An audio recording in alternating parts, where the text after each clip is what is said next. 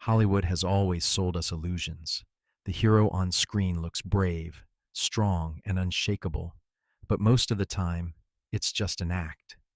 Yet during the golden age of cinema, a shocking number of movie stars didn't have to pretend. They knew exactly what it meant to face life or death. They had seen combat, taken lives, and carried scars, both visible and invisible, into the studio lights. These men weren't just trained to entertain, they were trained killers. What you're about to hear will forever change the way you see some of Hollywood's most beloved stars. Studios at the time downplayed their backgrounds, sanding away the rough edges, crafting patriotic tales that ignored the darker truths. But behind the curtain, these actors had lived through fire, blood, and trauma most of us can't even imagine. And the star at number one? His confirmed kill count was higher than almost any professional soldier in American military history. Audie Murphy, America's deadliest movie star. Audie Murphy's face didn't fit the Hollywood mold. He looked too young, too slight, too boyish to ever play the tough guy. But appearances can deceive, and Murphy proved that more than anyone. During World War II, he became the most decorated American soldier of the entire conflict. He earned the Medal of Honor, 3 Purple Hearts, the Distinguished Service Cross, 2 Silver Stars, and nearly every other combat decoration the U.S. military could give. His battlefield record reads like something from a Hollywood script: 33 confirmed enemy kills, dozens more unconfirmed, and one extraordinary moment where, wounded and alone, he mounted a burning tank destroyer and held off an entire company of German soldiers for over an hour. By the end of that day, at least 50 German troops lay dead or wounded because of him. That kind of story would make most men legends in the military. For Murphy, it also made him a natural fit for Hollywood. Life magazine featured him on its cover, and actor James Cagney invited him to try out for the movies. Unlike many veterans who downplayed their service, Murphy's career was built on it. He even starred in To Hell and Back, the film adaptation of his own autobiography. But what the public didn't see was the price he paid. Today, we'd call it PTSD. He slept with a loaded pistol under his pillow, suffered from relentless nightmares, and developed a gambling addiction. His second wife revealed that he once held her at gunpoint during a terrifying flashback. The thousand-yard stare audiences noticed in his performances wasn't acting, it was real. He carried his war with him into every role. Studios turned his combat history into simple patriotism. They erased the darker truths, ignoring the psychological cost. Murphy's story is both inspiring and tragic. America's deadliest soldier, transformed into a Western star. Haunted by demons the camera could capture, but never fully explain. Charles Bronson, the aerial gunner who became Hollywood's toughest man. When you picture Charles Bronson, you see a face like stone. In films like Death Wish or Once Upon a Time in the West, he radiated danger with nothing more than a stare. That wasn't a trick of acting.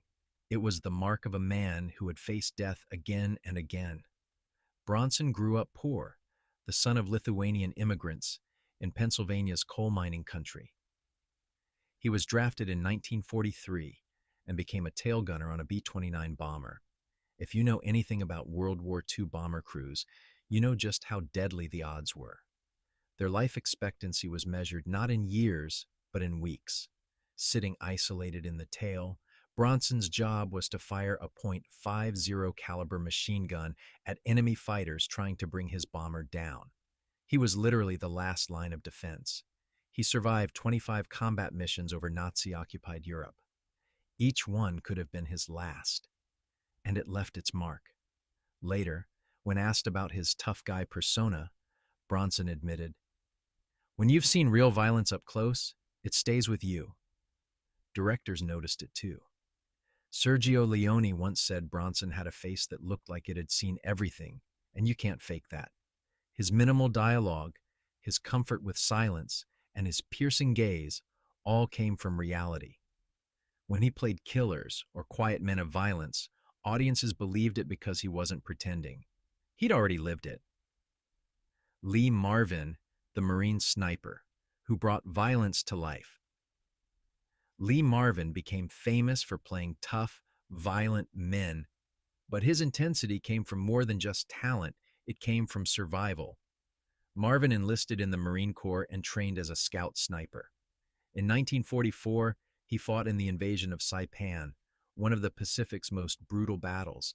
He was shot in the back and hit by machine gun fire, nearly died, and lived with injuries that troubled him for the rest of his life.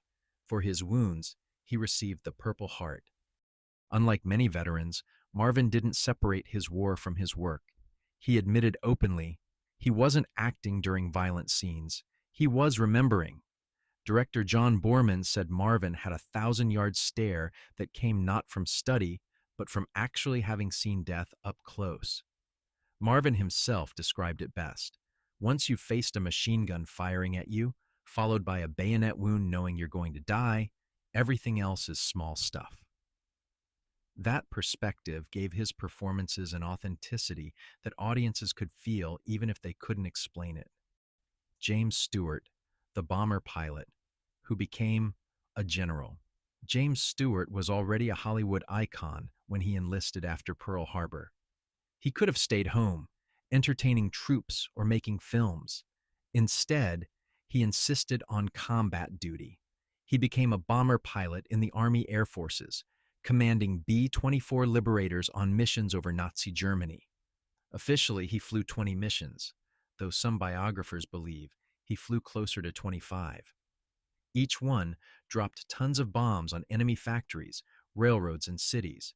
In reality, Stewart commanded missions that killed hundreds of enemy troops and civilians.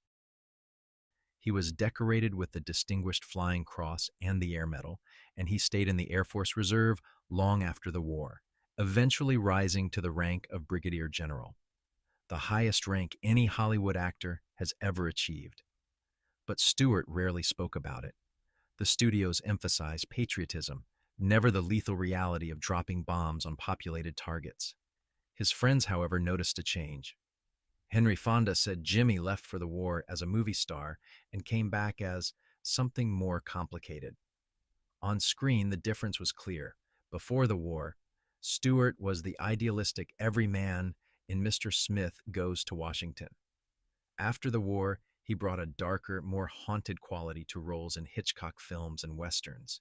He had seen too much to ever be the same. Neville Brand, Hollywood's villain, with real blood on his hands. Neville Brand might not be as instantly recognizable as Murphy or Stewart, but his story is just as intense. Before he became famous for playing gangsters and heavies, he was one of the most decorated American soldiers of World War II, fourth on the list to be exact. He fought as an infantry sergeant in Europe, surviving the Battle of the Bulge and other brutal engagements. He was wounded in action and earned the Silver Star and Purple Heart. His military service wasn't brief. It was long, intense, and bloody. Brand rarely discussed specifics, but when he played villains, his performances carried an edge of genuine menace. Director Don Siegel once said Neville didn't need to research intimidation. He had lived it, both as the man under fire and the man causing fear. But the scars were real. After the war, Brand struggled with alcoholism, a shadow of the trauma he carried. His villain roles were convincing not because he was acting, but because he understood violence from the inside. Sterling Hayden, the OSS spy who lived a double life. Sterling Hayden had one of the most unusual wartime careers of any Hollywood actor. He wasn't just a soldier. He was a spy. During the war, Hayden joined the Marines, but was quickly recruited into the OSS, the forerunner of the CIA. Under the code name John Hamilton, he parachuted into Nazi-occupied Yugoslavia, working with partisans and resistance fighters.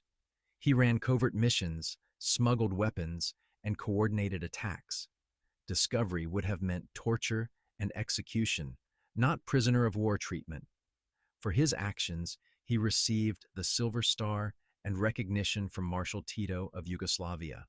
But when he returned to Hollywood, his OSS work remained classified.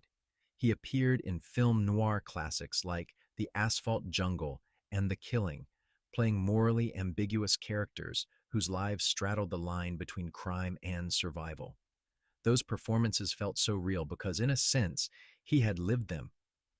Later, in his autobiography Wanderer, Hayden admitted the psychological toll of living undercover, never knowing who to trust.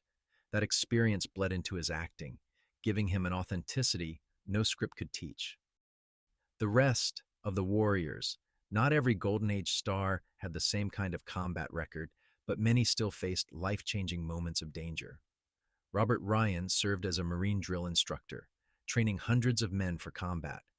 He understood the psychology of violence, which helped him portray complex villains with unsettling depth. Telly Savalas enlisted in the Army and fought in the Pacific, where he was wounded in action. His Purple Heart was rarely mentioned, but when he gave orders on screen, audiences believed him. Kirk Douglas served as a Navy communications officer aboard a submarine chaser. His time at sea gave him a deep understanding of risk and leadership, which later helped him shape his career as both actor and producer. Clint Eastwood never saw combat, but he had a brush with death that left its mark. During the Korean War era, he survived a Navy plane crash off the California coast, swimming miles through freezing water to reach land.